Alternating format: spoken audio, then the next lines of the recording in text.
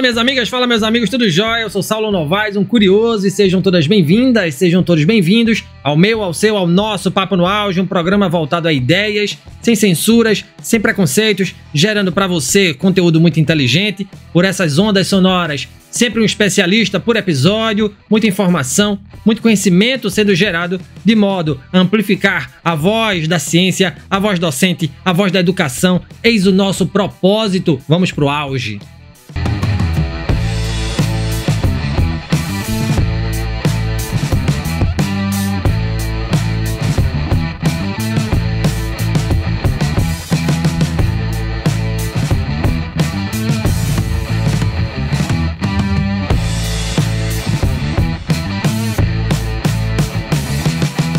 A poiesis crítica é uma epistemologia proposta no livro Contra o Identitarismo Neoliberal, um ensaio de poiesis crítica pela apologia das artes, escrito pelo professor Rubens Russomano Ricciardi, que está aqui no Papo no Auge. A obra discute questões filosóficas e artísticas contemporâneas, cujo fim é o combate ao identitarismo e ao neoliberalismo. Nosso convidado... E, assim, eu vou precisar de um tempo maior porque o currículo dele é extenso, tá? O nosso convidado é professor titular do Departamento de Música da USP, é compositor, maestro, pianista e musicólogo. Suas linhas de pesquisa são filosofia das artes e crítica da cultura, por uma poiesis crítica e processos de desenvolvimento artístico, performance em música brasileira, história, interpretação, execução, processos composicionais e editoriais. O professor Rubens é fundador do curso de música da USP em Ribeirão Preto, né? Com seu bacharelado pioneiro em viola caipira. É também fundador e diretor artístico do Ensemble, e aí me perdoe se eu falei errado, tá, professor? Ensemble Mantemanuk, né? Um grupo de... Mentemanuk. Ensemble Mentemanuk, grupo dedicado à música contemporânea. E da USP Filarmônica, orquestra de alunos de graduação bolsistas da USP. É também, pela USP, professor responsável pelo Festival Música Nova Gilberto Mendes, coordenador e fundador do Núcleo de Pesquisa em Ciências da Performance em Música, do Centro de Memória das Artes, do projeto USP Música Criança, com polos em Ribeirão Preto e São Joaquim da Barra, contemplado pelo programa Aprender na Comunidade, e das séries Concertos USP São Carlos e Concertos USP Teatro Pedro II, respectivamente, nas cidades de São Carlos e Ribeirão Preto. E Filô e Direito tem concerto na Faculdade de Direito de Ribeirão Preto da USP. Sua obra sinfônica, Candelárias, foi premiada no México e suas composições de câmara e sinfônicas têm sido apresentadas em centros musicais no Brasil, na América do Norte, Canadá, Estados Unidos, México e na Europa, na Espanha, Suíça, Itália, França e Alemanha. Grande professor Rubens, me engasguei aqui com tanta coisa no seu currículo. Eu nunca conversei com um maestro na vida, tá? Que prazer, que honra tê-lo aqui no nosso podcast. Antes da gente começar o nosso bate-papo aqui, professor, eu quero saber do senhor como é que surge o seu interesse pela música, pela educação, pela ciência, pela arte, pela pesquisa. Seja bem-vindo aqui ao Papo no Auge. Saulo, muito obrigado, é uma honra estar aqui com você. Desde a mais tenra idade, né? Eu tinha 5 anos, assim, 6, eu não era nem alfabetizado, mas já tinha uns manuscritos do meu avô, que ele tinha morrido antes de eu nascer, mas o material dele ficava na minha casa, então aquilo me interessou muito. A minha tia, que é a irmã da minha mãe, me ensinou as notas musicais, me ensinou a ler, que a gente usa esse conceito que é muito importante, a solfa.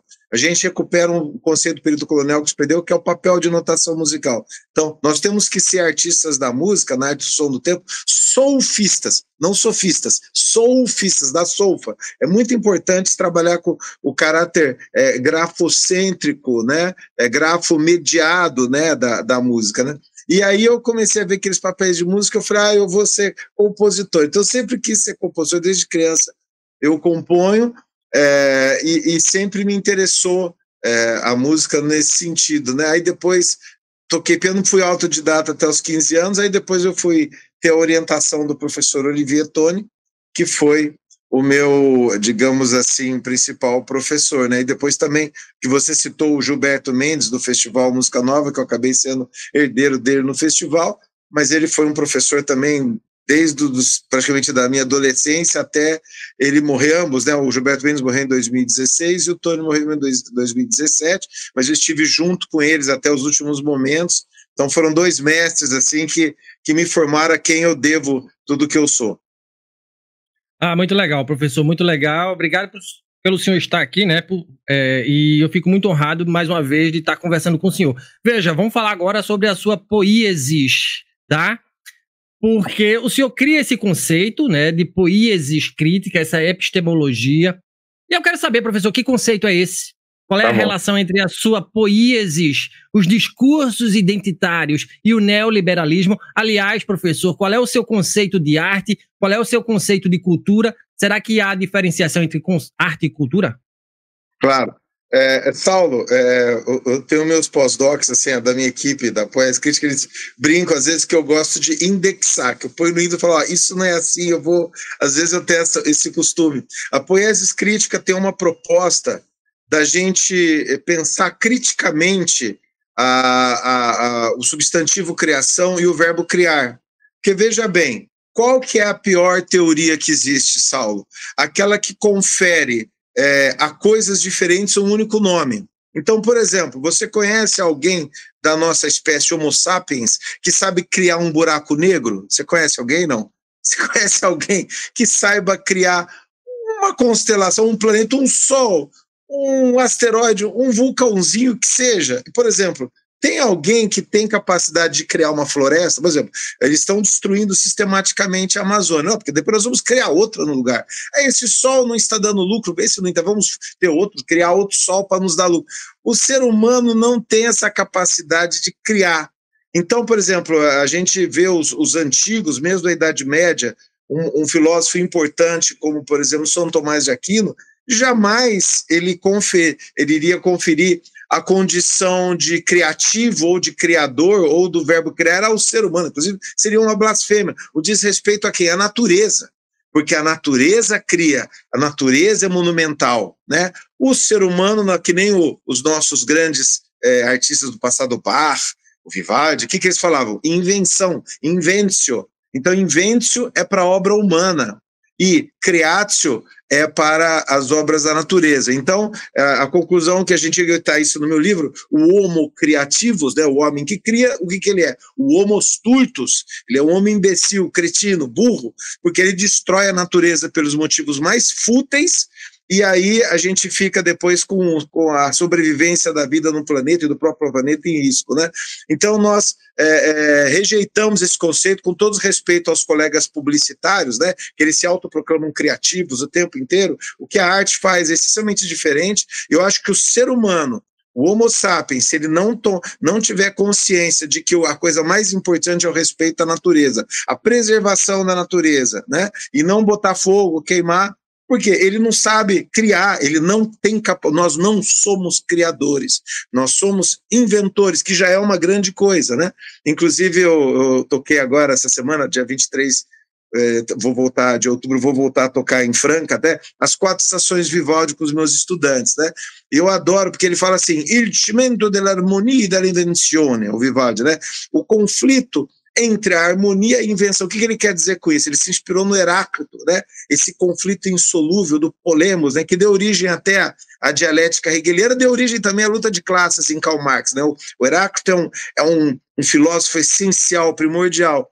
Mas aí veja só o que Vivaldi, inspirado no Heráclito, falou, que a harmonia é o cosmos, essas leis físico-química-biológicas do universo, essa monumentalidade. E nós, por exemplo, compositores, né, nós temos, desde pelo menos o Renascimento, claramente estabelecido, 12 notas musicais só. Não saímos de nós, temos 12 notas musicais para dar conta da monumentalidade do universo, né?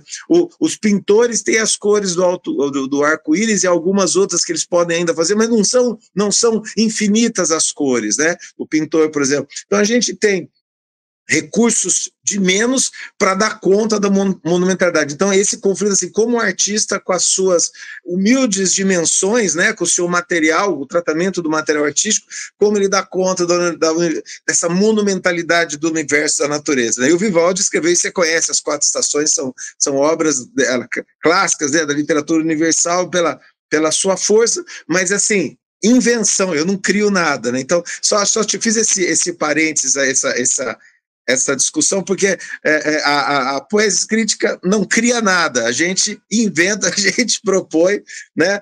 Porque é um termo que está usado, é o senso comum, inclusive diria mais, virou a ditadura da opinião pública, tudo é criador, você pega na internet os criadores de não sei o quê, né? Mas é um criador que não sabe fazer buraco negro, então não é um criador na sua plenitude, né? Mas voltando à sua questão, nós tínhamos, por exemplo, em Marx e Engels, né, que são dois autores imprescindíveis, ainda que não sejam suficientes, mas eles são essenciais, né? Inclusive são exemplo de um pensamento científico, de um pensamento crítico, até hoje insubstituível. O Marx e Engels, eles desenvolveram uma praxis crítica, porque eles entendem, né, que existia todo um movimento social que poderia estar atrelado às ideias filosóficas dele. Essa ação, essa possibilidade de transformação, de movimento, eles chamaram de praxis crítica. Aí nós temos na escola de Frankfurt, né, o Horkheimer, Max Horkheimer e o Theodor Adorno, eles trabalharam com a ideia de uma teoria crítica, né, que eles pensaram que o pensamento crítico deveria ser a condição, inclusive, do intelectual, lutar contra a sociedade repressiva, é uma tarefa, uma obrigação nossa de missão de ofício do intelectual, né?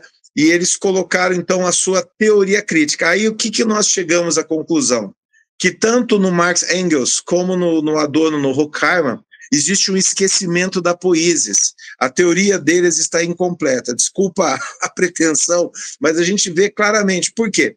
Porque falta a discussão justamente da poiesis, que é o processo inventivo de elaboração da obra de linguagem. Como que o artista inventa a sua linguagem, ele formula os seus processos composicionais, como que ele coloca o tempero, né? Que a questão do gosto é essencial, o temperar, né? Essa metáfora latina que até hoje é insubstituível, uma questão essencial da arte, discutir o gosto, reconhecer o kitsch, né, reconhecer o que é o brega, o que é o clichê, justamente porque a arte ela não é clichê.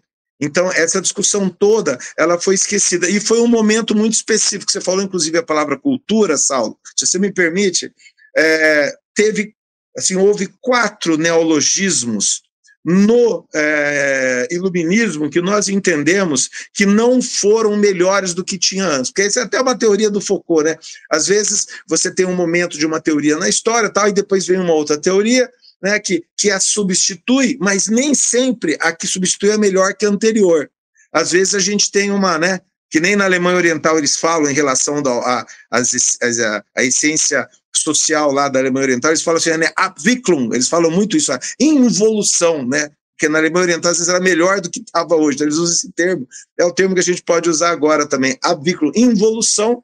Por quê? Porque veja só, até na Antiguidade Greco-Romana, na Idade Média, no Renascimento, na época da música do baixo contínuo, alguns falam barroco, eu não gosto muito do conceito de barroco, mas enfim, todo o século XVII, até o século XVII, mesmo XVIII, tudo foi pensado em termos poéticos, de poieses, de elaborar a linguagem, né? O poetar do artista, seja músico, pintor, autor teatral, literato, né? Arquiteto, o que for, é o poetar, é o elaborar a obra, né? Aí teve um neologismo inventado por um alemão, que nem é muito conhecido, Baumgarten, ele fez uma teoria que ele falou assim de a estesis, né, que a percepção vai virar uma ciência agora, virou a estética, ou seja, a estética.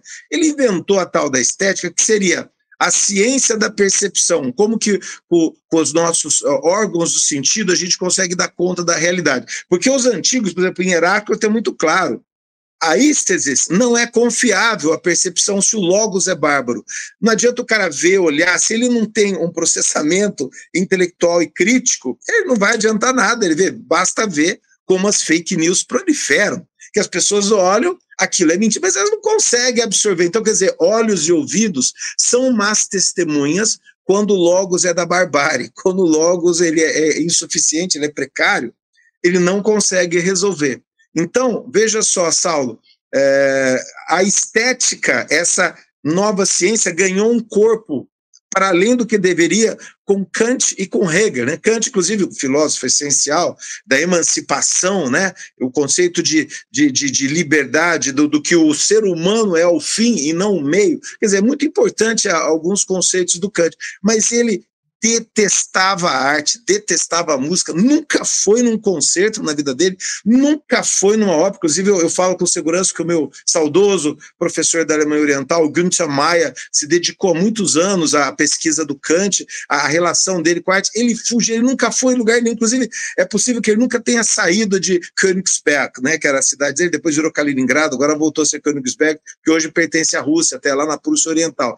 Então, veja só, é muito frágil esse pensamento distante da poética. E o Hegel, que foi um outro monumental autor, que é essencial para o Marx também, o Hegel ele só pensava na praxis, ou seja, na interpretação e execução. Ele ia na ópera, ele gostava de ver o tipo de voz, né? Ele achava que o compositor moderno da época seria o Rossini, que o Rossini é maravilhoso, mas, por exemplo, ele simplesmente ignorou por completo o Beethoven, que é o grande nome da música da geração dele, mas ele não entendeu o Beethoven, porque o Beethoven era muito para ele, quer dizer, o nível de percepção dele não ia dar conta de um autor tão moderno, tão revolucionário como Beethoven. Aliás, Beethoven foi o primeiro compositor declaradamente de esquerda da história, onde já existia o conceito de direita e esquerda, Beethoven inaugura isso.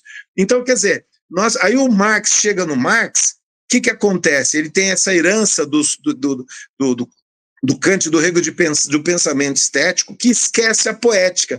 Então fica uma coisa alienada. O Marx vai estudar uma produção alienada, ele estuda a alienação, o trabalho alienado, e ele não percebeu a importância dos artistas que elaboram inventivamente a linguagem. É uma lacuna em Marx. Veja bem, já falei, Marx é imprescindível. Crítica da economia política, conceito de luta de classes, de coisificação, de exploração, de injustiça, né, o valor a mais, né, tudo o Marx e o Engels revolucionaram, inclusive a própria crítica do que é a ideologia, essa deturpação do conhecimento, essa abstração enganosa da história, né, que faz com que falsas autoridades sejam legitimadas, né, nos aparelhos de poder, né? Então, quer dizer, o Marx e o Engels são essenciais, mas eles, por exemplo, no meu livro eu até falo, eles falaram assim, criticando um colega deles da época, né, inclusive o colega tinha razão, não eles, ele falava assim, esse negócio de autor é bobagem, o Mozart morreu, foi um outro lá que completou o recorde de Mozart e ninguém nem percebeu. Não, a gente percebe claramente o que o Mozart, o Wolfgang Amadeus Mozart, escreveu no Requiem, e depois o que o Justus Mayer, ou aqui no Brasil, até cito que o Requiem foi tocado no Brasil com uma versão do Neukomm, que era um autor austríaco, né? É um abismo, basta não ser surdo para ver a diferença. Então, quer dizer, ali eles erraram. Inclusive, na epígrafe do meu livro, né, eu cito o Hans Eisler, que é um compositor da Alemanha Oriental, que é um grande artista, né, filho do filósofo kantiano Rudolf Eisler, de uma açougueira, né, ele representa esse espírito revolucionário, né, a sabedoria proletária com a crítica intelectual, grande parceiro do Brecht, foi o que mais escreveu canções com textos de Brecht, peças de teatro. Ele falava o seguinte, nós que somos leitores de Marx, somos capazes de grandes burrices nesse negócio da estética, ele falava, e é verdade. É verdade. Aí, então, o que eu vejo hoje na esquerda do mundo? Ela ficou submissa à indústria da cultura yankee estadunidense. E eles acham que eles estão com uma linguagem legal. Então, existe um problema da ideologia que não se reconhece, que é o neoliberalismo, que toma conta dessa falsa esquerda, né, que você falou, do identitarismo. E, por outro lado, é uma linguagem clichê, uma linguagem colonizada dos Estados Unidos, né? Basta citar só 4 gêneros, né? Como é que se fala? Hip hop, né? Que é tudo em inglês, é tudo em estadunidense, funk, né? Aí tem o gospel, né? Porque inclusive o cara que faz a música do gospel, o funk, é o mesmo produtor, é tudo ali uma coisa só, né? O pornográfico, o puritano, são 2 lados de uma mesma moeda neoliberal metafísica. E finalmente o country, que é o nosso sertanejo universitário, que não é nem sertanejo, nem universitário, é só um desdobramento do country yankee estadunidense. E aí, inclusive, qual que é o problema desses gêneros? Que as pessoas falam que inclusive eu fiz uma crítica à ministra Margarete Menezes, até num artigo que eu escrevi na Terra Redonda, porque eles estão naturalizando isso como se fosse cultura brasileira. Eu já acho a palavra cultura problemática, mas falar que isso é brasileiro, isso é yankee estadunidense. No decreto tinha umas 20 palavras em inglês, nem sei ler aquilo lá, tudo coisa dos Estados Unidos. Então, quer dizer, eles importam um tipo de indústria da cultura yankee estadunidense. Não estou falando que eles são ruins, eles são maravilhosos, são riquíssimos, são trilhardários. O pessoal do hip hop, do funk, são milionários, movimenta uma indústria assim. Nossa, a música de concerto de sinfônica não tem sei lá, um milionésimo do que eles têm de verba. Nós somos pobres, eles são ricos, nós somos realmente bastante humildes. Eles são a elite, a grande burguesia internacional, a grande nobreza, né? Esses caras são trilhardários, né? Então, juntou-se esse esquecimento na esquerda, esse esquecimento da poiesis, como se elabora inventivamente a obra de linguagem, porque tudo ficou um grande clichê. E qual que é o problema? Não se pensa mais em termos de linguagem, você toma a comunicação como linguagem. Comunicação não é linguagem. A comunicação é algo que você transmite e a coisa vai sendo assimilada desse jeito e não está claro se você está dizendo algo verdadeiro. E a linguagem não, a linguagem ela é desveladora, né? Tanto é que no meu livro tem, até eu faço a comparação, quem são os comunicadores do Brasil, né? É o Flávio Cavalcante, né? Era o Carlos Lacerda, o Faustão, a Xuxa, o Emicida, a Anitta, né? Esses são comunicadores. Aí quem são os artistas? É o Aleijadinho, é o Castro Alves, é o Oscar Niemeyer, é o Guimarães Rosa, é o Machado de Assis. Eu não sei se você consegue perceber a diferença. Veja bem, os comunicadores são maravilhosos, eles são muito mais ricos, inclusive, são empreendedores de si mesmos, neoliberais, bem-sucedidos, são milionários, tudo bem, eu respeito o sucesso deles, não tem problema nenhum. A coisa que eu falo é que a estrutura da linguagem não existe do tal modo como nesses outros artistas. Você pega, né, a obra de um Mário de Andrade, por exemplo, você pega a obra de um Padre Vieira, por exemplo, tem uma consistência de linguagem que você não vai ver, né? Por exemplo, numa dupla sertaneja, eu nem lembro o nome do pessoal. Eles têm outro tipo a comunicação não é linguagem, né? Então a gente tem que diferenciar, né? A comunicação faz muito sucesso, a linguagem ela tem um tempo, né? Ela demora, né? Só que o que ela desvela, ela permanece, né? Porque a grande arte ela tem esse potencial de transcendência histórica, né? O que inaugura, né? O que permanece inauguram os poetas, e a arte sequer é uma ilustração da história, ela é o fundamento da história, né? A gente pensa, por exemplo, Cervantes, né? O Cervantes não ilustrou o seu tempo, ele fundou o tempo dele, né? Ele é que nem o Camões para Portugal, ele fundou uma história, né? Então, quer dizer, nós temos que parar desse regramento moral barato, é um puritanismo, o neoliberalismo ele tem um puritanismo assim. A gente tem que fazer uma crítica a isso e falar assim, ó, tem problemas quanto à definição em termos de arte, porque não tem substância, né? E respondendo também a tua questão, a arte, ela depende de um trabalhar com material, né? Essa condição artesanal, se bem que a arte conceitual do século XX abriu mão disso. Foi uma coisa que nas artes visuais eles estão com esse problema até agora. A música teve algumas obras, o meu mestre Gilberto Mendes foi o grande compositor, para mim, mundial da arte conceitual. Ele é menos conhecido que o John Cage, porque o John Cage dos Estados Unidos são dono do satélite, eles são mais conhecidos. Mas, por exemplo, nós temos uma arte conceitual importante da música, mas foi um momento, e aquilo é interessante naquele momento, né, que foi uma singularidade. Ficar repetindo perde a graça, fica uma piada velha. Então, na arte conceitual, muitas vezes você abriu mão do artesanato, só a ideia resolve. Agora, toda a arte é conceitual, desde a antiguidade até agora, todas as artes populares, mesmo as outras, tudo é conceitual. Só que a arte conceitual não tem artesanato, e a arte, toda a demais arte, ela trabalha com esse artesanato, trabalhar o material musical, isso em todas as artes. Aí nós temos a questão de uma singularidade, a questão de você estar justamente tendo uma fantasia, você não está repetindo regra, né? Porque se você obedece o que o dono do estúdio faz, o que o marqueteiro ali da indústria da cultura, vamos fazer isso, vai para esse setor, tem que ter essa mulher com esse perfil, inclusive nada, não é sonoro, é visual, tal. Eles pegam, aí não é uma invenção, é uma reiteração de um clichê, né? E finalmente, Saulo, que a arte precisa ter também, é a exposição de um mundo.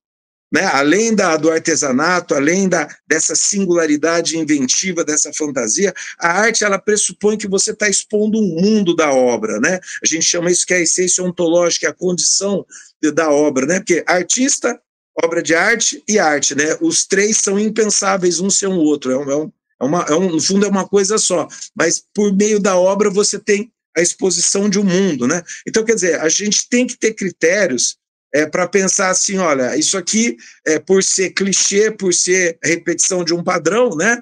Não é muito simples você entender, Sal. Você chega, você ouve, né? Tuf, legal, né?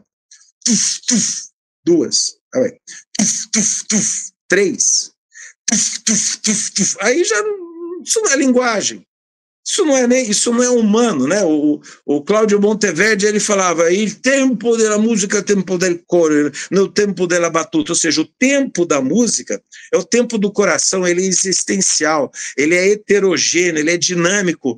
Aí esses caras, eles transformam, quer dizer, redutivamente, o que seria o tempo existencial no tempo do relógio, na batida fixa, é rígido, né? É homogêneo, é tudo igual, então não tem agógica, não vai para frente, não vai para trás, não tem grave, não tem agudo, fica tudo no meio, as notas são todas socadas igual, é tudo uma socação, pá, pá, pá, é tudo socado e não tem silêncio. E outra coisa, Saulo, também que é interessante, a indústria da cultura neoliberal, ela não tem dissonância, não existe dissonância. E a história da arte, da música, a arte do som no tempo, que é a minha profissão, é a história da dissonância. Inclusive, Saulo, tem um novo neoliberalismo epistemológico vindo dos Estados Unidos agora, eles falam assim, dissonância cognitiva, você viu isso? O cara borou, você viu essa teoria? Dissonância cognitiva. Isso aí é uma coisa antiartística e é burra. Porque, veja bem, você quer falar que o sujeito é burro, fala, ele é limitado, é limítrofe, tem dificuldade, tudo bem.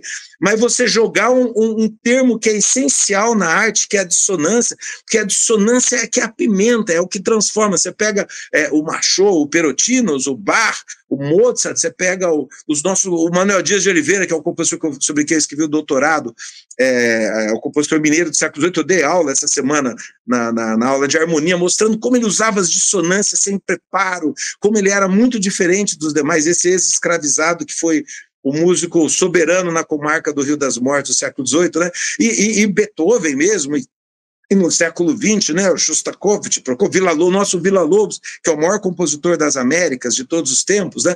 Então, por exemplo, esses artistas trabalhavam com a dissonância. Então, a dissonância, ela é boa. Inclusive, isso aí não é novo. Está lá, o Aristóteles cita o Heráclito, de novo Heráclito, esse autor primordial. Ele fala assim, a música é essa, digamos assim, confluência conflitosa entre dissonâncias e consonâncias. Se você põe só consonância, fica indústria da cultura.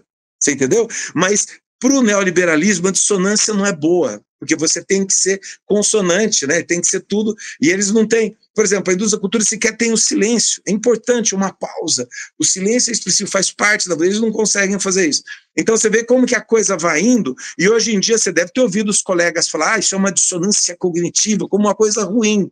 Não pode ser. Fala assim, é uma aberração epistemológica, é uma barbárie intelectual. Fala assim, mas não fala que é com a dissonância como sendo uma coisa ruim, porque a dissonância é a essência da arte, mas existe dentro desse movimento neoliberal, pseudo-intelectual, um antagonismo em relação à arte. E é isso que eu falo, Saulo, os valores estão invertidos, né? Nós que somos pobres somos chamados de elite. Nós que temos uma história no Brasil super enraizada, com dezenas de compositores pretos e pardos, compositores, inclusive oriundos dos povos originários, que é muito importante na música brasileira, isso tudo está esquecido. Só interessa a indústria da cultura yankee estadunidense, isso que vale. E repetir esses modelos. Professor, veja, olha, eu já tinha ouvido palestra sua no YouTube.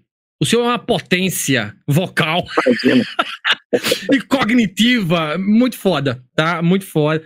E isso me estimula a ser rebelde no sentido de subverter o roteiro que eu tinha feito. Claro, claro. Até porque o senhor, numa resposta que o senhor deu a última, o senhor matou muitas das charadas que eu tinha preparado aqui. E aí eu vou me permitir provocar, tá?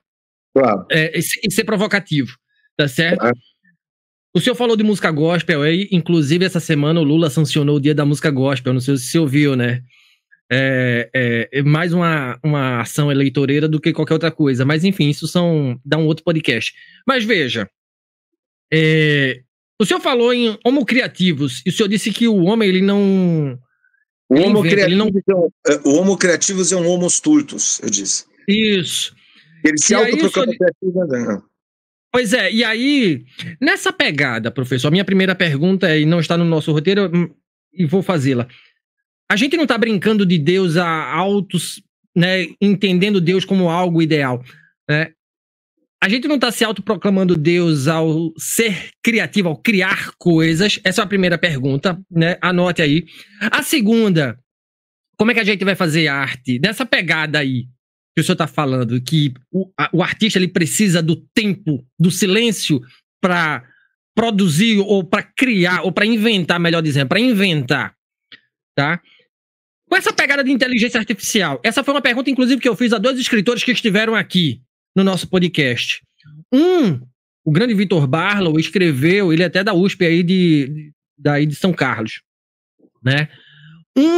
Ele escreveu um livro metade por inteligência artificial, tá? E segundo ele, isso é arte. De outro modo, eu conversei com o professor Wellington de Mello, escritor, um dos grandes romancistas do Brasil hoje na atualidade, escreveu o Emílio, saiu agora, e fiz essa pergunta a ele, ele rechaçou veementemente, indo nessa pegada que o senhor está dizendo, tá? Dizendo que inteligência artificial, um livro escrito com inteligência artificial não é arte. E a minha pergunta é, nesses tempos de tanta inteligência artificial, nessa pirotecnologia que o senhor fala, veja, como é que o senhor entende a tecnologia na música, na arte, né? Isso é invenção, isso é ser criativo, tá? E qual seria a arte genuinamente brasileira? Por que eu estou perguntando isso? Porque como eu venho da inovação, meu mestrado, né? Eu sou formado em letras e sou formado em administração, tá? E meu mestrado foi em inovação. E o Silvio Meira, o professor Silvio Meira, lá de Recife, ele fala muito isso da questão do teatro da inovação. Como se eu falo, a gente pega um monte de termos em inglês, sacode no meio da galera, tá? E acha que tá abafando e faz um marketing todo em cima disso. E muitas vezes eu questionei, qual é a inovação à brasileira? Qual é a arte à brasileira? Professor Rubens Russomano Ricciardi. Obrigado, Saulo. Você colocou uma série de questões aí que são muito importantes. Eu não sei se você percebeu, eu não tinha falado uma vez a palavra Deus. Não tinha falado.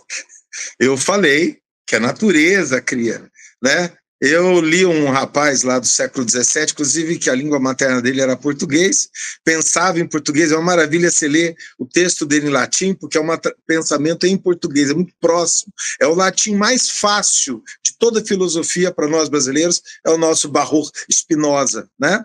Então ele colocou essa questão porque ele foi expulso, né? Os pré-sionistas já expulsaram ele da religião, e ele talvez tenha sido o primeiro intelectual assim, na área moderna a ter vivido sem nenhuma religião, né? O que faz dele uma pessoa extremamente admirável, né? Além do conteúdo filosófico, a figura do Spinoza não tem religião, né? Isso é maravilhoso. Então, Spinoza fala Deus sive natura, né? Inclusive, nós temos que eu escrevi isso no meu livro, né? Pensando o Spinoza, também até cito o Albert Einstein, que também seguia essa linha de pensamento. O Albert Einstein tem alguma noção das leis da física, né? Então vamos respeitar. Eu escrevi o seguinte: toda a acepção de Deus extrínseca à poiesis da physis é ideológica. Ou seja, quando você fala de um Deus que não é o que está na natureza, o que foi criado na natureza, os buracos negros, os planetas, os vulcões, os oceanos, essa monumentalidade da natureza, né? Porque aí existe a figura de uma criação, né? Agora, quando você fala fora disso, quando entra no discurso ideológico, doutrinário dos pastores, tudo, aí vira justamente ideologia, vira uma deturpação, porque nós estamos falando de algo que é imponderável, né? E quando duas pessoas se juntam para falar de Deus, daí sai demagogia, né? Inclusive eu cito Lopes Graça, que é um compositor português, ele fala que a religião nasceu quando o primeiro picareta achou o primeiro otário, né? Ele falou, já Voltaire já dizia isso, né? Então a religião é causadora de muitos males. Veja bem, tem uma figura como o Papa Francisco, que eu considero hoje o maior estadista do mundo, né? O Papa Francisco, ele é essencial. Veio tarde, né? Porque o João Paulo II fez um estrago terrível no Brasil. Inclusive, a destruição das comunidades eclesiais de base no Brasil deu esse movimento fascista neopentecostal que destrói a natureza. Você viu as últimas eleições de 2018, foi graças aos neopentecostais, né? E os pentecostais também juntos, né? E aí, quer dizer, nós perdemos, tinha uma igreja que tinha um pensamento crítico, se perdeu com isso, e aí no lugar entrou esse movimento crente, extremamente reacionário, neoliberal e, às vezes, com conteúdos fascistoides, né? Então, quer dizer, nós temos que ter um pensamento de que, fora dessas doutrinas, dessas ideologias, é a acepção da natureza. Então, é isso que eu digo. Então, o creatio, o conceito de criação, de criativo, se ele é aplicado fora da natureza, ele está sendo uma deturpação, porque nós não criamos, nós temos esse limite. Então, você até falou agora, por exemplo, da inteligência artificial, eu resolvo essa questão de uma maneira muito simples, Saulo. Eu não entro no debate tecnológico, eu faço a seguinte pergunta só, é kit? Tá kit, tá tudo kit. Então, quando você bate o olho, você já sabe, é kit. O problema da inteligência artificial é que, em termos de linguagem, ela se reduz ao mau gosto. Ela não consegue ter bom gosto. Você vê, você já percebe. Não tem uma pimenta inventiva, né? Então, eu vou ser sincero para você, eu não me preocupo em nada com a inteligência artificial. Não entra na minha discussão, não acho que é uma questão do nosso tempo, não acho que vai ser. Por quê? Por exemplo, eu mesmo escrevo música para ser tocada sem eletricidade, né? Que tem lá a flauta, os oboés, clarinetas, fagotes, trompas, trompetes, trombone, tuba, percussão, a harpa, tem vários instrumentos de percussão diferentes, eu tenho violino, viola, violoncelo, contrabaixo, eu escrevo, a gente está ali no palco, né? Os instrumentos até, o pessoal toca, não precisa nem ligar na tomada, não tem tomada, nem tem tecnologia, a nossa técnica, né? Porque a indústria da cultura é tecnológica, a arte é técnica. A gente tem a nossa lei, não precisa nem de eletricidade, você entendeu? Então, eu uso ali a matemática que você usa na música, é uma matemática muito simples, ela é matemática, né? Tanto é que os antigos, mesmo a propedêutica pitagórica platônica, depois a partir de Cassiodoro, né? O quadrívio, né? A música, a astronomia, a aritmética e a geometria, né? As ciências matemáticas, eles tinham razão, porque a gente trabalha com fundamento. Você vai ver minha aula de harmonia, é tudo 8, 7, 6, é tudo números das relações dos intervalos musicais.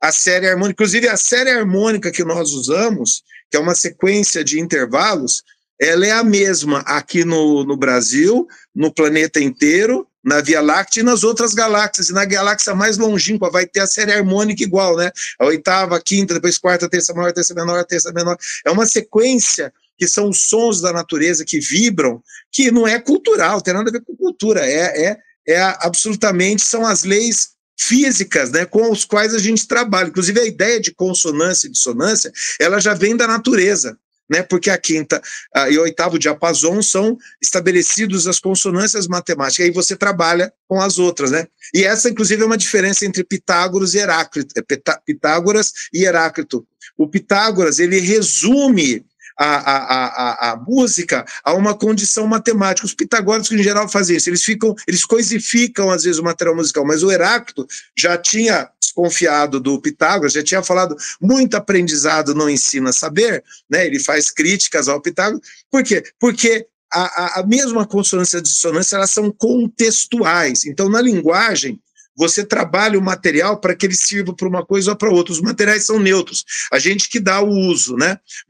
Mas então, quer dizer, mesmo tendo uma base física para a gente estabelecer as relações de consonância e dissonância, estabelecer os sons da música, a gente trabalha ainda assim de modo dialético, né, de modo contraditório, né, fazendo com que o que seria um elemento de repouso numa cena seria um elemento de outro. Vou dar um exemplo muito simples de teatro, por exemplo. Isso é essencial na arte como um todo, a gente perdeu um pouco, né? Por exemplo, eu pego uma faca e um tomate, por exemplo, né? Aí eu ponho na cena, assim, dois sujeitos cozinhando, assim, fazendo piada, tomando cerveja, cortando tomate e falando bobagem ali, uma cena que você vê, né?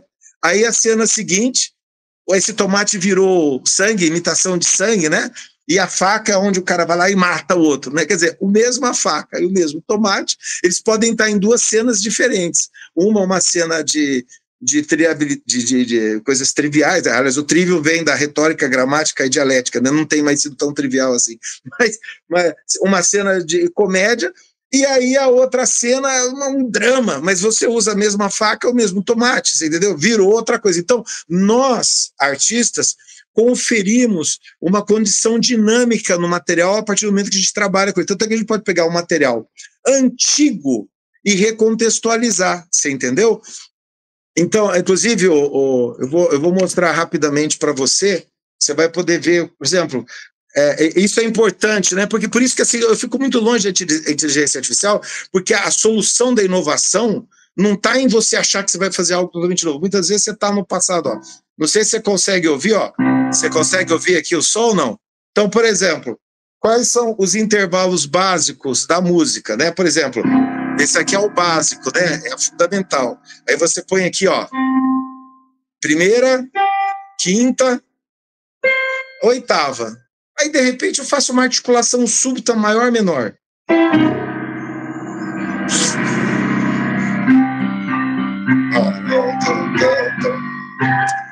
Por exemplo, aí, ó. Eu vou fazer agora do modo menor para o modo maior, que é a coisa mais simples do mundo.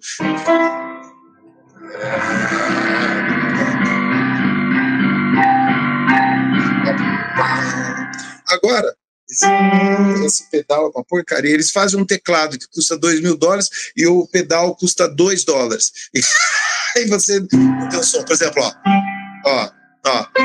Eu vou fazer para subdominante, que é a primeira função ali perto da tônica.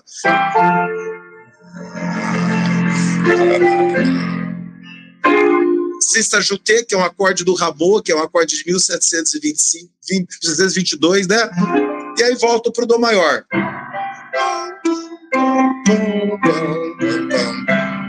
Agora, Lá menor, que é a relativa, dominante. E fica o órgão suando. Deu para ouvir aí, não? Deu para ouvir, deu para perceber claramente, professor. Então, o que eu quero dizer com isso, né? Eu quero dizer simplesmente que o velho na arte, desde que recontextualizado, ele fica novo. Então, o que o Richard Strauss, nessa música, inclusive o Stanley Kubrick usou até para o filme 2001, Odisseia no Espaço, que é a coisa mais futurista, né? Mas ele usou as funções harmônicas, que são as mais básicas, as mais elementares, é mais arroz com feijão que pode ter, né? Tônica, maior, menor, subdominante, sexta menor, com sexta acrescentada, né? O quarto do humor, e depois o relativo e volta para a tônica, passando para a dominante. É a coisa mais óbvia, ninguém podia mais. Aí você ouve, é música de futuro, pra você ver. Então, a inteligência artificial, ela não me assusta, eu não me preocupo com ela, porque eu bato o olho, eu já sei que é cafona, que é brega. O problema dela é kit. Ela não consegue não ser kit, né? Você me perguntou, não sei se eu respondi a pergunta do inteligência artificial. Você falou um termo que a gente não gosta muito de usar, do genuíno, porque veja só, a arte, tal como a gente conhece como teoria, praxis e poieses, ou seja, quando o artista assina a obra de arte, ele passa a ser grego. Inclusive, isso é um problema de alguns culturalistas, que eles falam esse negócio de autor, porque eles não gostam de arte, não gostam de obra de arte, então eles sempre são uma crítica, eles falam, esse negócio de autor é coisa burguesa, isso é burguês. Não é burguês, porque na Grécia Antiga não existia burguesia, não existia acumulação do capital. Na Grécia Antiga não existia banco. Você tinha luta de classes, mas era de outra ordem, né? Então não existe assim, isso aqui é da classe dominante. Não era. Os gregos, eles inventaram uma arte, né? Assim como eles inventaram uma ciência crítica fora da religião, inventaram os fundamentos que a gente faz até hoje. Não, o Platão, Aristóteles, o que a gente faz hoje é simplesmente nota de rodapé do que eles pensaram. Não dá para sair muito disso. Então, você tem, como artista, você assina a sua obra de arte. Então, você experimenta, você faz diferente. Então, essa poiesis, ela é grega.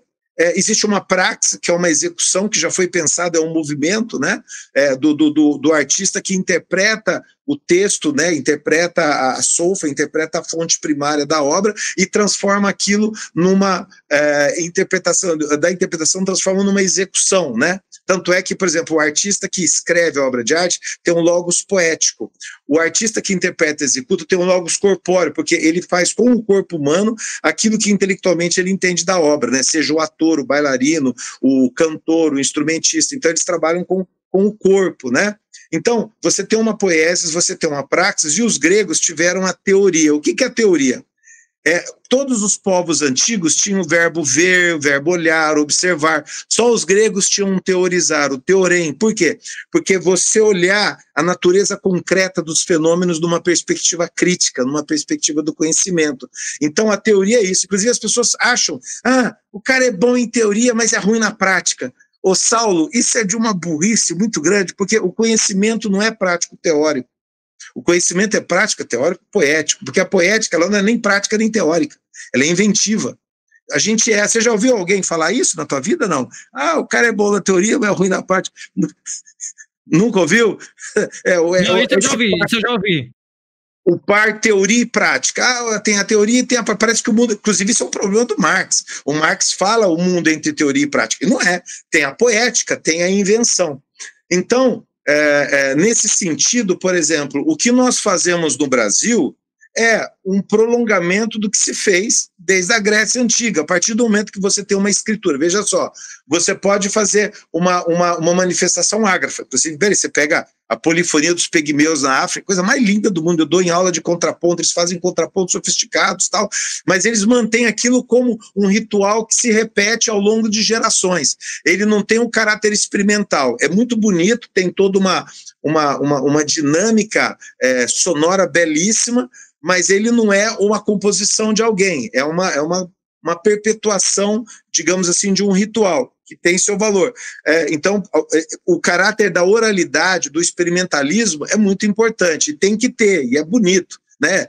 Mas não impede que haja um artista, autor, que pense uma obra de linguagem e que assina. Porque as grandes obras de arte da história foram feitas por um único autor. Ou então, por exemplo, se é uma ópera, tem um libretista e um compositor, 2 compositores, cada um na sua área. Mas, geralmente, as obras são processos solitários, a composição de obras. Os artistas assinam sozinhos a sua obra. Então, por exemplo, o que houve foi o mundo greco-romano, que se expandiu. Portugal é uma colônia romana, nós falamos um dialeto romano, na verdade, inclusive o português brasileiro é o português antigo, várias expressões gramaticais são mais antigas. Portugal se modificou, nós mantivemos em algumas expressões que se remontam, inclusive o nosso humor é romano, as nossas piadas são romanas. Basta você ler o Catulo, você ler o Virgílio, o Horácio, você ler os poetas romanos, nosso humor vem dali. Não, né? Essa coisa, o Brasil não, é romano, a gente tem uma ligação muito forte. Então, por exemplo, no Brasil se desenvolveu algumas singularidades. Por exemplo, nós tínhamos os ritmos dos batuques, né? Que se perderam, infelizmente, as conduções melódicas dos batuques coloniais. Mas nós preservamos, assim, a questão harmônico-melódica se perdeu porque foi substituído pela tonalidade. Uma pena, né? O sistema tonal, ele já impera desde o final do século XIX, nós perdemos as sonoridades antigas. Mas o ritmo ainda tem. Então tem uma certa influência, e tem uma certa influência também do que teve dos povos originários, vai tendo uma fusão, você entendeu? E aí você pode até desenvolver um canto popular, até pelo jeito como a gente canta o português, etc., com as influências todas. Então você tem, por exemplo, existe uma arte popular brasileira importante, reconstituível desde o século XVIII, né? Não é da semana de 22, não. Século XVIII, você tem o lereno, você já tem as modinhas, os lunduns, os batuques, vem muito antes. Mas, por exemplo, o que o Villa-Lobos fez, vamos supor, o nosso maior compositor Villa-Lobos, ele foi extremamente experimental nos choros, na série de choros. Como estava sendo Stravinsky do História do Soldado, da Sagração da Primavera, né? O Bartók do Concerto número 1 para piano, eles estavam ali num momento extremamente experimentais e rompendo com a tonalidade, né? E logo em seguida houve um movimento mundial de retorno à dignidade do século XVIII. Aqui em música a gente chama de neoclássico. Então o Villa-Lobos escreveu as Bachianas, o Stravinsky escreveu lá a Pulcinella, tal, o Prokofiev, que já era um neoclássico, escreveu na Sinfonia Neoclássica, neoclássica é de 1917, até anterior, mas eles todos ali, o Shostakovich fez os baquianismos, o Eisler, que é o que eu citei no começo da nossa live aqui, da nossa transmissão, o Eisler, que era o colega do Brecht, no início da carreira dele, ele escrevia música, quer dizer, não no início total, porque ele foi romântico tardio no começo, mas ele, quando teve a ligação com o Schoenberg, ele escreveu música nas técnicas dos 12 tons, escrevia tudo técnica dos 12 tons, né? E aí, logo em seguida, ele escreveu Bachianas também, que nem o Villa-Lobos. Eles não se conheciam. Um estava aqui no Rio, o outro estava lá em Berlim, mas eles escreveram um baquianismo, ou seja, eles voltaram a usar elementos neoclássicos. O que eu quero dizer é o seguinte, que o Villa-Lobos, por exemplo, ele não é assim uma aparição única do Brasil, ele é um cara da época dele, contextualizado, né? Ele tem um zeitgeist, porque, Saulo, dois indivíduos de uma mesma época, ainda que de lugares diferentes, são mais confluentes intelectualmente entre si do que dois indivíduos de um mesmo lugar, mas de épocas distintas. Então, estar na mesma época é muito mais próximo do que estar no mesmo lugar. Então, o Brasil é uma localização geográfica, mas você tem que entender o Brasil no contexto histórico. O Lereno, por exemplo, que é o nosso poeta, Viola de Lereno, ele que inaugurou uma coisa que você já deve ter ouvido falar, música popular brasileira, já ouviu falar essa expressão? Que virou depois os vendedores de plaquinha dos anos 70, né, eles colocavam MPB, porque era muito comprido escrever música popular brasileira, punha na plaquinha e aí ficou um conceito. Mas o que seria uma música popular brasileira? Ela vem do século XVIII com o Lereno, e ele estava ali no mesmo contexto do nosso, por exemplo, do poeta Herder, lá de Weimar, né? Ele era da Prússia Oriental, foi aluno do Kant, depois se estabelece na Turingia, de você valorizar o canto popular, o canto dos iletrados. O Herder, ele inventa isso, veja só, não tem que dar um versinho estrupiado, né, que seria hoje a indústria da cultura algo kit, não, deixa ele cantar na sua singularidade. Esse movimento primordial do romantismo, inaugural do romantismo, fez com que a música tivesse uma revolução, a melodia se emancipou por conta do canto popular. E o Lereno, para você ter uma ideia, tinha o mesmo mecenas que o Herder, que é o Schaumburg von Lippe, um general prussiano, que o Marquês de Pombal pegou lá do rei Frederico II da Prússia para ajudar a organizar os exércitos portugueses. Ele teve o Lereno, ele leu as obras do Herder, ele falou, veja bem, em vez de eu ficar fazendo poemas árcades, aquela coisa empolada, tudo, eu vou cantar o moleque que sou eu, vem cá minha nhanhazinha, tal. Aí ele começa a escrever em tom popular. Porque o artista, ele também pertence à população, ele pertence à comunidade, ele escreve em tom popular. Então, o escrever em tom popular faz parte. Então, no Brasil, nós temos uma arte popular brasileira muito forte, reconstituível desde o século XVIII, mas a gente tem que pensar do Brasil no mundo e num contexto histórico. Acho que o Bertolt Brecht resolveu isso.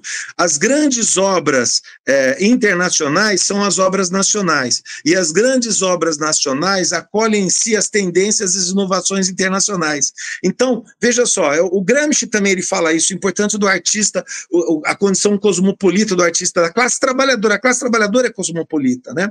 Então, quer dizer, você tem um diálogo entre o regional e o cosmopolita, é um diálogo fecundo, você entendeu? É um diálogo assim, entre o regional e aquilo que está na ordem mundial. Então, uma coisa não exclui a outra. Então, eu não gosto muito do termo genuíno brasileiro, eu digo assim, que o que a arte dos gregos se desdobrou aqui no Brasil, e como nós temos assim os artistas, autores que assinam suas obras, enfim, toda essa produção que acaba sendo diferenciada, mas ela faz parte de algo maior, que é a essência do nosso ofício, que ele é internacionalizado, ele não é um fenômeno brasileiro, né? Nem a arte, nem a invenção, nem o tempero da linguagem. Isso tem todos. Outra coisa, Saulo, também que é um absurdo, né?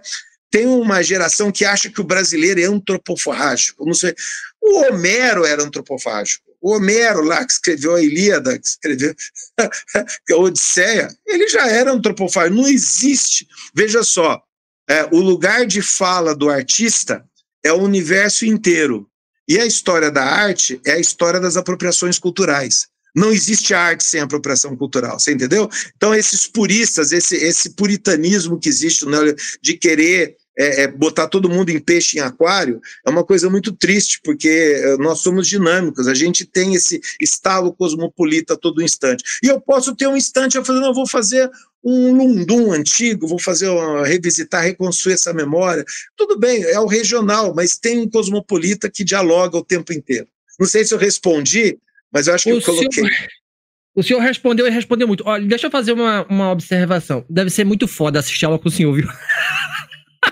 Eu queria muito ser seu aluno, embora eu não tenha nenhuma vocação para música, eu já tentei tocar violão, é um desastre. Eu não tenho paciência. Mas eu oriento nos estudos culturais, na linha de pesquisa crítica da cultura poética crítica, na EASH, em São Paulo também.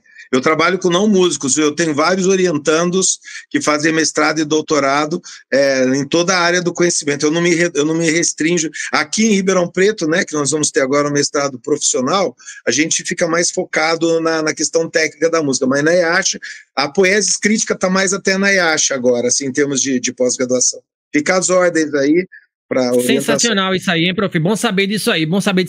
Eu queria pegar agora, e é a minha pergunta provocativa, tá, para o senhor. A partir dos muitos insights, das muitas falas que o senhor proferiu agora, inclusive o senhor falou aí, o homem, né, é um ser do seu tempo, tá? A gente se apropria culturalmente, a gente é um ser no mundo, ser no espaço, um ser de linguagem, tá? No seu contexto. A minha pergunta é, professor, no último quarto do século XX, o aumento exponencial da produtividade, tá? Seja o que quer dizer essa palavra, e a transformação tecnológica, elas resultam numa nova cosmovisão. Isso é fato, né? No novo mundo, tá posto. E aí, ao se fazer uma crítica aos discursos identitários, a gente não deixa de lado aquilo que estruturou as condições de possibilidade de enaltecimento de identidades excluídas, de novas linguagens, de novas formas de expressão, de novas formas de arte, alheias ao cânone, muitas vezes que o senhor citou aí, greco-romano, né? Muitas vezes de um pequeno grupo de rodas intelectuais estabelecidas. Ao buscarmos um ideal grego para a arte, percebida pelos sentidos, não estamos sendo identitários de um modelo de mundo que exclui tudo o que é alheio a isso? A tua pergunta é ótima, porque dá margem da gente realmente pensar criticamente sobre esse tipo de colocação. Primeira coisa, né, a pergunta que eu te faço, vamos incluir. Essa palavra inclusão, ela é perigosa. Por quê? Por exemplo, os crentes neopentecostal vão lá na Amazônia fazer uma doutrinação de indígenas, né, para converter inclusive com o apoio da outra ministra, né, lá do outro governo, vamos incluir esses indígenas que tinham a religião dele, que tinham os rituais dele, vamos trazer a Bíblia para eles, o Velho Testamento para eles, né? É uma forma de inclusão, eles estão incluindo eles no sistema. Quando a gente fala assim, vamos incluir para que todos sejam consumidores passivos e desprovidos de espírito crítico de alguma coisa, né? Por exemplo, os bancos neoliberais, eles são inclusivos, eles querem que todos tenham conta, você entendeu? Todo mundo tem que ter uma conta no banco, você entendeu? Então vamos lá, eles fazem, você vê a propaganda do banco, tem para esse setor, todo mundo, não, você está incluído, você vai ter uma conta aqui. Então existe uma armadilha por trás disso, que é uma inclusão dentro do neoliberalismo acrítico. Então, veja bem, a inclusão, ela só é de fato inclusiva se emancipada, né? Aí você tem, por exemplo, a discussão que eu tive até essa semana com uma colega aqui da minha escola, que ela veio falar assim, não, mas isso é a periferia. Eu falei, não é periferia, filha, não é periferia. Porque, veja só, você vai lá, tem uma roda de hip hop, você fala, aquilo é a voz da periferia. Não é. Aquilo é a voz dos grandes centros do capital. Aquilo é a voz de Los Angeles e a voz de Nova York. Você está incluindo para ser colonizado. Você está incluindo para você repetir de modo acrítico um clichê yankee estadunidense, né? Inclusive, você citou, você que é de Recife, tem um pensador maravilhoso no Recife, Paulo Freire. O Paulo Freire, ele já tinha resolvido essa questão, a gente não presta atenção, tem que ler direitinho. No livro dele, Pedagogia do Oprimido, ele tem lá um capítulo que ele fala a invasão cultural. O que é invasão cultural? Você vem com um modelo, com um clichê, aí o dominado assimila aquele clichê, ele reproduz acriticamente aquilo, e ele acha que ele tem voz própria. Ele não tem voz própria. Ele está imitando, nem imita, ele está reproduzindo o modelo dos grandes centros do capital, que é Los Angeles e Nova York, que não é periferia. Você concorda comigo que Los Angeles e Nova York não seja periferia? É periferia, né? É grande centro. Aí aqui, a nossa periferia fica igual, porque você vai lá em Caruaru, ali perto do Recife, tá os caras dançando break, tá, estão lá igualzinho, eles imitam direitinho, né? Agora, você vai em Nova York, não tem banda de pífaro. Não tem uma banda de pífaro em Nova York. Só tem aqui, lá não tem. Então, essa inclusão para você ser consumidor passivo, desprovido de espírito crítico, de indústria da cultura yankee estadunidense, que inclusive, veja bem, eles são maravilhosos, riquíssimos, que ganham muito dinheiro, eles dominam o mundo inteiro, né? Eles alcançam os continentes mais distantes, ainda que sejam incapazes de um distanciamento crítico, mas eles vão para o mundo inteiro, dominam, né? É o grande domínio. Mas essa inclusão que ela tem que ser questionada, é um modelo neoliberal e anti-estadunidense, isso é inclusão? Mas ele, no fundo se resume a isso. Então eu prefiro sim incluir no Heráclito, incluir no Cervantes, incluir nas obras de todos os continentes, de todas as épocas, de todas as artes populares, de todas as artes experimentais, entendeu? O clássico se opõe ao experimental, não ao popular, porque o popular pode ser clássico também. Então, eu prefiro incluir num sentido crítico maior, filosófico, do que você ficar inventando falsificação de identidades. As identidades são falsas, né? Saulo, eu tive a honra, porque começaram a falar, não, que a música clássica é música branca. Eu falei, o quê? Vocês estão loucos, os gêneros da indústria da cultura yankee estadunidense, que são feitos pelos sionistas lá, os caras que estão apoiando o Estado de Israel, são esses que mandam, você entendeu? Eles são loirinhos de olho azul, então, quer dizer, é meio complicado. Aí eu peguei e falei, não, Saulo, eu pesquiso música colonial há 40 anos, mais de 40 anos, eu tô ficando velho já fiz mais de 60, mais de 45 anos. São todos ex-escravizados ou filhos de escravizados. O Manuel Dias de Oliveira, ex-escravizado, ele comprou a liberdade dele, era um par do fogo, pra você ter uma ideia. Então, eu falei assim, nós somos brancos? Vamos ver. Aí eu peguei, apresentei todos esses autores, deu um total de 22 do século XVIII e XIX do Brasil. A gente apresentou na Sala São Paulo, Campos do Jordão, fizemos aqui em Ribeirão Preto, Franca, São Carlos, a gente apresentou em 12 concertos sinfônicos ao longo de 22 compositores pretos e pardos brasileiros, né? Eles são conhecidos? Não. Eles são clássicos da música clássica? Não, ninguém nem sabe quem é. Muitos são, eu peguei lá nos manuscritos, fiz a edição e toquei, fiz uma edição crítica, muitas vezes os manuscritos estão mutilados, nem sempre a gente pega o autógrafo do compositor. Tem alguns que são autógrafos, tem outros que são cópia de cópia, você tem que fazer um trabalho realmente de reconstrução. Eu faço isso há muitos anos, né? Então a gente faz edição crítica e nós apresentamos. Então, por exemplo, os nossos compositores do século XVIII e XIX, eles merecem ser incluídos, você entendeu? Não é só a indústria da cultura yankee estadunidense. Então, a crítica que eu faço é que na hora de incluir, fica uma inclusão neoliberal. Então, nós temos que ter um pensamento crítico para saber se essa inclusão é emancipada ou não, você entendeu? Então, a gente tem que tomar cuidado. Agora, se você falar que o fato de eu ser um leitor do Heráclito, do Aristóteles, de eu ser um leitor de Karl Marx, né, de eu ser um leitor desses filósofos, né, do próprio Heidegger, né, que é um filósofo essencial no século XX. Inclusive no meu livro, viu, Saulo, eu traduzi um trecho porque acho que ninguém elogiou tanto Marx no século XX como Heidegger, que ele fala assim, o Heidegger, o Karl Marx, entre todos, foi o que melhor entendeu a história. Olha só a frase, o Karl Marx, entre todos, foi o que mais entendeu a história. E esses que estão na moda agora, o meu professor, que ele que era o professor dele, o Husserl, ou o Jean-Paul Sartre, né, o Sartre, o filósofo francês, eles não conseguem ter a profundidade do pensamento do Marx. Por eles você não chega num diálogo produtivo com Marx, porque só ele entendeu a questão da alienação na história. Inclusive, uma das teses centrais do Heidegger, que é a confusão entre ser e ente, a alienação da existência, o Heidegger se inspirou no Marx, da alienação do trabalho. Inclusive, ele defende o materialismo histórico dialético. O ser materialismo histórico dialético não quer dizer que tudo seja matéria. Você tem uma crítica. Então, a gente tem que prestar atenção, porque o sujeito, às vezes, num texto pequeno, ele fala algo essencial. Então, eu não vi ninguém elogiar com tanta propriedade o Marx como Heidegger no século XX. Eu traduzi isso porque a edição portuguesa você não consegue entender, é tudo muito estranho. Eles traduzem, os tradutores eles vão no dicionário e pegam a palavra mais empolada, mais difícil, né? Você vê, o Freud, ele fala, ich, über ich, es, é o eu, o supra-eu, está em cima, e tem um esse, que é aquilo que você não controla. Aí eles põem ego, superego, eles põem umas traduções assim, empoladas, né? O Marx, coitado, ele fala coisificação, Verdinglichung, né? Vai coisificar coisa. Eles chamam de reificação. Quem que entende esse negócio de reificação? Tem que ir para o latim, botar, é coisificação. O ser humano se torna coisa, né? Na sociedade capitalista. A indústria da cultura também transforma todo mundo em coisa, né? Tem a menor dúvida. Então a minha crítica é só essa, você entendeu? Eu acho que a dignidade humana, aí a gente volta no velho Kant, né?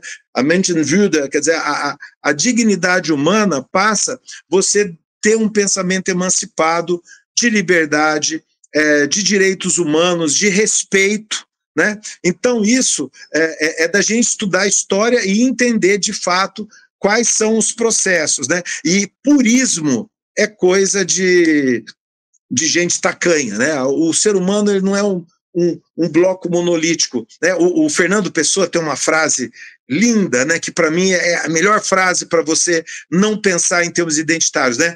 Em mim vivem impulsos cruzados. Nós temos impulsos cruzados, né? O Freud diria aquilo que vem do ex ali no subconsciente, aquela coisa que tem lá na visceral, né, dos impulsos vitais. Então, cada um tem muitos impulsos vitais, entendeu? Nós não somos uma coisa só, né? Nós somos muitos, nós somos múltiplos, você entendeu? Então, quando você pensa em termos de identidade, né? Porque o que é identidade? Você fala que o A é igual a A, isso é uma identidade. Você fala A que é igual a B, não faz sentido, porque no A não é igual a B. Agora, se você fala que A é igual a A também, você não está dizendo nada. Então, quer dizer, é muito problemático. No livro eu questiono, eu faço um pequeno dossiê histórico do conceito de identidade, e é uma identidade que ficou coisificada, você entendeu? E o ser humano é dinâmico. E outra coisa que é essencial, o ser humano tem capacidade de transcendência, transcender. Não é nada espiritualista, religioso, místico, não. É a transcendência de você superar fronteiras, né? De você ir além, de você pensar. Então, essa transcendência do ser humano, ela é impensável sem a identidade. Outra coisa que tem no meu livro, Saulo, eu cito Nietzsche jovem, ele fala de primeira natureza e segunda natureza. Então, você nasce, Saulo, te ensinam a falar uma língua, te ensinam a torcer time de futebol. Só eu aqui em casa não, que o meu filho escolheu sozinho, eu não influenciei. Mas assim, você te ensina a torcer para um time de futebol, a você comer, a você gostar. Quer dizer, é aquele teu entorno, né? Até aquela tua circunstância, você nasce, você tem aquela chamada primeira natureza. É o ambiente da cultura, né? Que é a regra, o padrão, a norma, aquilo que sem você pensar já te fizeram, né? Só que nós temos uma condição rara e privilegiada na filosofia, nas artes e nas ciências da natureza, de você estabelecer um distanciamento crítico diante dessa tua cultura. É aí que você tem um ambiente artístico, filosófico e científico. Porque se você fica só nas amarras redutivas da cultura, ela tem uma liberdade preguiçosa, não passa da linha 2, é só aquilo ali. Então nós vamos para além, aí é onde você realmente tem o tempero da linguagem. Então a segunda natureza, o pensamento crítico só é possível na segunda natureza. Então, quer dizer, não adianta nada você querer pensar numa identidade como uma coisa restrita o tal lugar de fala, ali que você pensa, porque você não transcende. E o ser humano que funda a história é essencialmente a transcendência. Muito massa. Veja, dá pano para manga para muita discussão, para um debate, para além da sala de aula, para um barzinho, para um concerto, enfim, né? Veja, outra coisa, eu quero saber agora qual é o seu time, porque pelo seu sobrenome deve ser palmeirense. Não, né? Eu torço pro Comercial de Ribeirão Preto, é o BAF. Olha, é o time aqui local. Está na terceira divisão. Local. A minha família tem uma história com um time de São Paulo, né? Que é você já viu falar o Corinthians, né? Minha família tem uma história porque o meu tio foi diretor do conselho, tudo, e na época, inclusive, ele quis fazer um sambinha que falasse da revista Corinthians, que ele era o editor, né? Que tinha lá Campeão dos Campeões, né, nos nossos corações. São todas frases que ele tinha feito, né? E aí chamou meu avô para escrever a música, né? Tinha um radialista lá que fez a letra, e o meu avô, inclusive, é o compositor do hino do Corinthians, né? Então tem essa ligação por causa do meu tio Adelino Richard lá, que é, inclusive, uma figura importante, então a gente tem um carinho familiar. Mas como eu sou ribeirão pretano, né? Eu torço para o meu time aqui local, né? Porque eu acho meio indústria da cultura, né? Eu torço para o Barcelona, não, eu torço para o Milan. Faço essa crítica também, tá? Eu sou Esporte Clube do Recife e não entendo. Eu não entendo. Jamais podia imaginar que você fosse Santa Cruz ou do Náutico, tava claro. Que legal, que legal. Veja, e o senhor é rival aí do Botafogo de Ribeirão Preto, né? Eu nunca ouvi falar desse aí, não sei. Olha aí. Não fala porque dá sapinho na boca, que o chulé dá sapinho na boca. Muito bem. Vamos manter, inclusive, nós fizemos a apresentação do hino do Comercial, que é uma obra-prima, né? Eu sempre brinco que tem a Marselhesa no século XVIII, a Internacional Socialista no século XIX, o hino do Comercial do século XX e a trilogia dos grandes hinos da humanidade. Então, a gente fez o hino do Bafo Sinfônico, né? Coisa maravilhosa. Não, realmente é um hino. Eu fiz uma orquestração gigantesca, ficou muito legal. Aí veio uma senhora, agora você vai fazer do outro. Eu falei, minha senhora, isso aqui é uma escola de arte, a gente tem nível.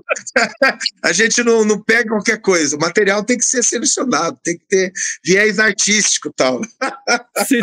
Sensacional, professor. Gratidão demais por o senhor estar aqui, por eu ter conhecido o senhor. Veja, eu ficaria aqui horas, tá? A gente já tá com um episódio bem longo. Vamos terminar. Mas eu não vou me furtar de fazer um conjunto de perguntas, tá? Porque eu tenho muita curiosidade sobre isso. Para o professor Rubens Russomano Ricciardi, olhando para o cenário artístico atual, o que é uma obra de arte e o que é kitsch, o que é brega, embora o brega seja patrimônio material do estado de Pernambuco. Veja, gosto musical, gosto artístico. O que eles colocaram de patrimônio lá no Pernambuco? O brega, né? O ritmo brega, né? Patrimônio material. Patrimônio material. Inclusive, existe uma indústria, o senhor fala muito dessa palavra, existe uma indústria do brega lá, né? E o senhor precisa perambular pelas periferias do Recife, que agora tem a moda do passinho, para o senhor fazer a sua análise crítica, né? Sem juízo de valor algum, tá? Mas, enfim, veja, pro senhor, gosto musical, gosto artístico se discutem, e indo além, professor, levando em conta a sua poiesis crítica, para onde vai a arte brasileira? Bom, vou responder pela arte brasileira. Não é a arte brasileira, para onde vai a arte? O neoliberalismo, ele é hostil às artes, porque, por exemplo, para você ter uma companhia de teatro, uma companhia de ópera, ainda muito mais, para você ter galerias, quer dizer, é importante que você tenha um Estado que viabiliza essas manifestações. Por exemplo, uma orquestra sinfônica nunca vai dar lucro. Não vai dar lucro, porque você mantém o repertório, você tem muitos músicos, você tem todo um organismo, precisa ter apoio do Estado, né? É uma ilusão falar, eu vou fazer Lei Rouanet, não vive. E esses editais são que nem jogar milho para galinha, né? Vai jogando lá, aí os produtores é que ficam a maior parte, os projetos você não consegue adaptar, você não tem liberdade de investir, é tudo amarrado. Os editais estão sendo péssimos, assim, porque eles estão fazendo um tipo de produção pouco inventiva, né? Porque é tudo muito politizado, no mau sentido da palavra política, né? Tudo muito ideologicizado, não está bem. Então, veja bem, o Estado tem que ser forte para os teatros, para as galerias, para os museus de arte, tem que ter apoio do Estado. Então, o neoliberalismo, ele quer destruir o Estado. Você viu esse cara do apartheid lá da África do Sul que está querendo fazer com que não tenha lei no Brasil, que ele faça o que ele quiser? Não, nós temos que ter lei. O Estado tem que se proteger desses grandes magnatas de extrema-direita, né? O cara, inclusive, veio direto do apartheid para fazer essa confusão toda. Então, eu nem lembro o nome do sujeito. Aí, o que acontece? O Estado precisa ter conferir um respaldo a essa atividade artística. Então, veja só, nós temos hoje um momento bastante interessante no mundo, que é a proliferação de orquestras jovens, a proliferação de orquestras. Você vai na África, tem vários centros ali que estão fazendo orquestras, que estão tendo escolas de música, existe na China, então nem se fala, né? Na Ásia. Então, a América Latina inteira, os países hoje que mais fornecem os principais músicos é Venezuela e Colômbia. Inclusive, eu vou falar uma coisa aqui para você, por exemplo, eu não tenho a menor dúvida que mais cedo ou mais tarde o Dudamel vai ser o maestro da Filarmônica de Berlim. Hoje ele está na Ópera de Paris e Los Angeles. Venezuela, que é o grande país, é o grande celeiro de músicos, né? Eles estão com uma dificuldade econômica lá de se organizar, mas o projeto da L-Sistema é fantástico. Aí no Brasil tem o Neogiba lá, do meu amigo Ricardo Castro, nós temos música nas escolas do Vantuil, lá em Barra Mansa, tem o USP Música Criança aqui na região de Ribeirão Preto. Então, quer dizer, esses projetos sociais formam os músicos. A gente tem um potencial muito grande de fazer orquestras, né? Existe uma vida inteligente, independente do neoliberalismo, que vai resistindo, né? Então, nesse sentido, está tendo muitas óperas inéditas, né? Aqui em Ribeirão Preto, faz um mês e meio, o Lucas Eduardo, do mês e meio não, foi no primeiro, você faz já uns 3, 4 meses, o Lucas Eduardo da Silva Galon, que é meu colega, estreou uma ópera monumental de 1h30 de duração, com um libreto do Oscar Wilde, cantado em inglês, né? Uma crítica política linda, uma ópera que vai fazer história. Você entendeu? As obras de arte estão sendo feitas, né? Os grandes balés existem, né? Nada, nem tudo está sucumbindo diante do neoliberalismo. Existe uma resistência, existe um oásis crítico, né? Então, quer dizer que, veja só, que nem aquela ideia que o Gramsci publicou, né? Ele se inspirou no Prêmio Nobel de Literatura de 1915, como é que ele chamava o cara? Esqueci o nome do francês, mas o Gramsci que publicou em italiano. Ele falou assim: nós temos que ser otimista com a vontade, ainda que pessimista com a inteligência, né? Quer dizer, a situação é ruim, mas nós vamos fazendo, a gente vai inventando, né? Eu agora, segunda-feira, domingo, eu escrevi uma canção, né? É um poema de um guerrilheiro cubano que estava em Sierra Maestra, ele foi ferido de morte e ele chamou o poema de La Dama Blanca, e a morte falou: eu venho a morte, vem a La Dama Blanca, besa-me frente com beso caso, eu beijo casto da morte, mas eu me sinto ufano, porque eu tô aqui lutando, entendeu? Aí eu escrevi a música, né? O nosso estudante, o Cristian Ferreira, né? Que é o nosso pai, ele é padre, tudo formado, mas ele é um estudante de graduação, né? Cantou assim com aquela solenidade assim, e ficou. Aí eu vi assim os rostos dos meus estudantes, aquela estreia mundial, aquela coisa que, né, aquele canto de luta, né? Eu falei, não, isso tem vida, né? A maioria, inclusive, ouve mais os pastores pentecostais do que o maestro. A gente tem esse problema, né? Existe muito crente nas escolas de música, mas ainda assim eles viram algo que não tem na igreja deles, né? E o novo às vezes fascina. Então, aquilo foi um momento único, né? Você fazer uma coisa nova que nunca foi ouvida, né? Inclusive, nisso eu me diferencio do Walter Benjamin. O pessoal adora citar o conceito de aura do Walter Benjamin. Eu estou com o resto. Aquilo é uma bobagem, aquilo é um misticismo que não vale nada. O que interessa é a poesia e a praxis, não é a aura. A aura não resolve nada, né? Inclusive, com o fim da aura, o que acabou? Acabou a arte. Esses caras justificam o fim da arte com o fim da aura do Benjamin. É poesia e prática. Eu inventei ali aquele poema que estava lá, né? Inclusive eu tenho uma relação com o passado muito dinâmica. A gente vê o passado integrado, né? O poema é de 1957, o guerrilheiro cubano fez. Aí eu peguei e dei vida para aquilo, né? A gente tocou, fez a estreia daquela canção. E aquilo chama atenção, né? Porque tem um mundo belíssimo, o poema é lindo, cantado em castelhano, que é a nossa América Latina, né? Nós temos que nos unir mais enquanto América Latina, né? Então, nesse sentido, eu tenho experiência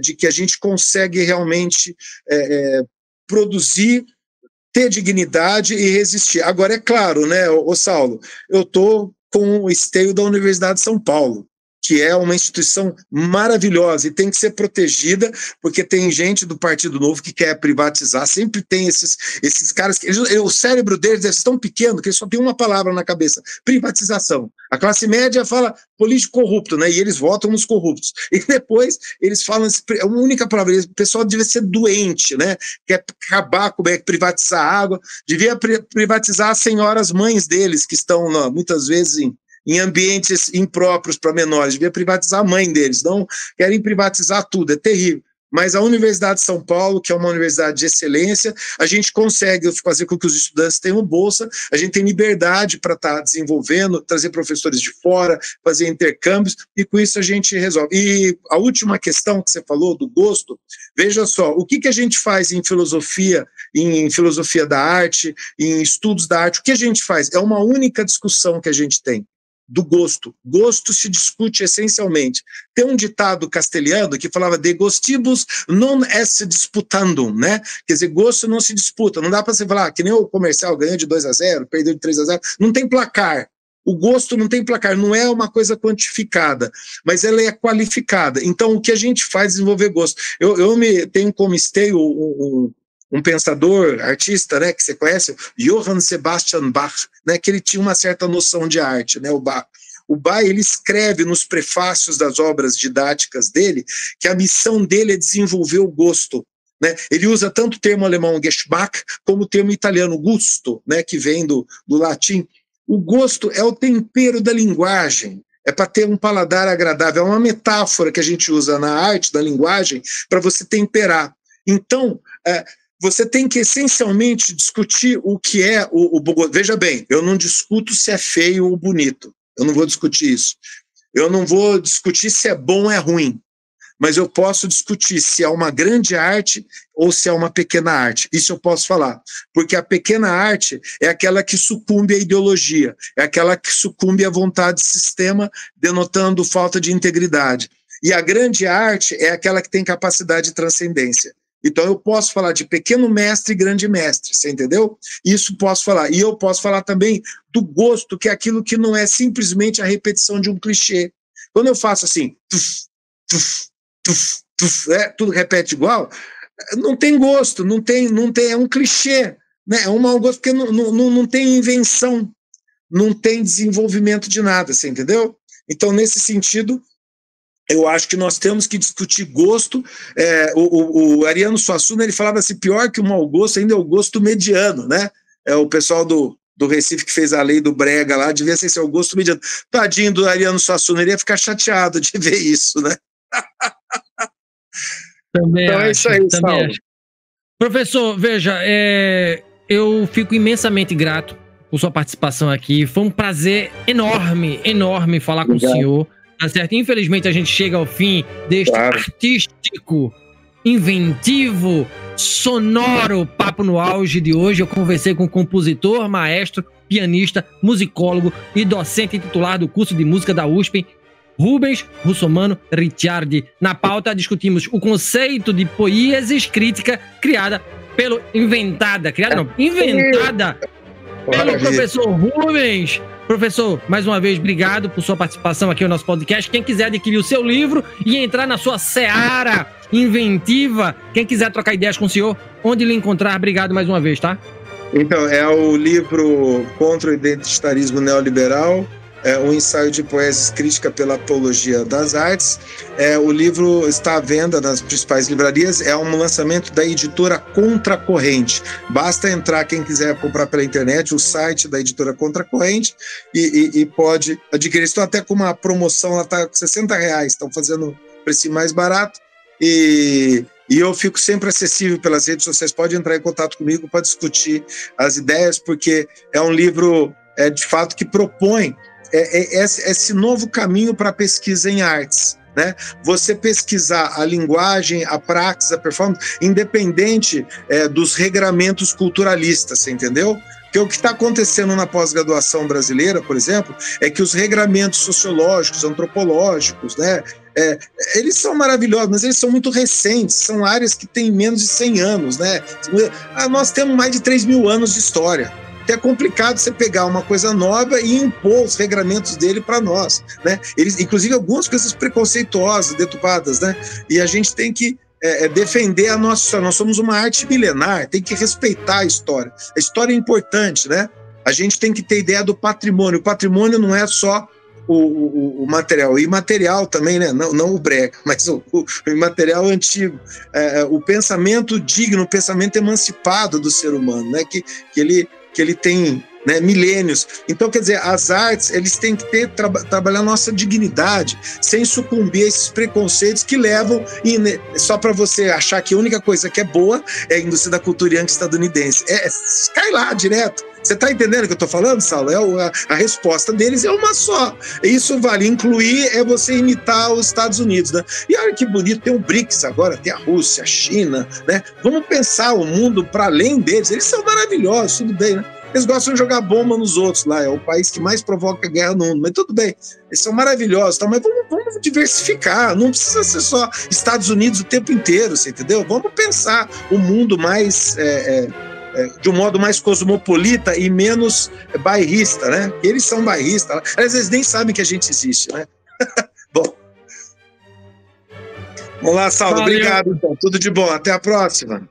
Valeu, obrigado. Professor, valeu demais, valeu demais. E se você gostou desse conteúdo, não esqueça de avaliar o podcast Papo no Auge nas plataformas de áudio e de vídeo. No Spotify, avalie o nosso programa conferindo as 5 estrelinhas. No YouTube, deixe o seu like. Em ambas, deixe o seu comentário. Assim você faz com que o nosso conteúdo atinja mais gente. Nas mídias sociais, nos siga no Instagram, @Papo no Auge. No LinkedIn, Saulo Novaes. Compartilhe nosso programa com a sua rede de amigos. Assim você alarga a inteligência coletiva. Estamos integralmente nos tocadores de podcast e no YouTube. Quer ser um parceiro do Papo no Auge? Então se associe ao nosso programa por meio da plataforma Catarse de financiamento coletivo ou via PicPay. Com planos mensais de 5, 10, 30, 50 e 100 reais, você se torna um membro do nosso podcast, concorre a muitos prêmios e nos ajuda a conversar com muitos professores mundo afora. Um grande abraço para todo mundo e bora pro auge.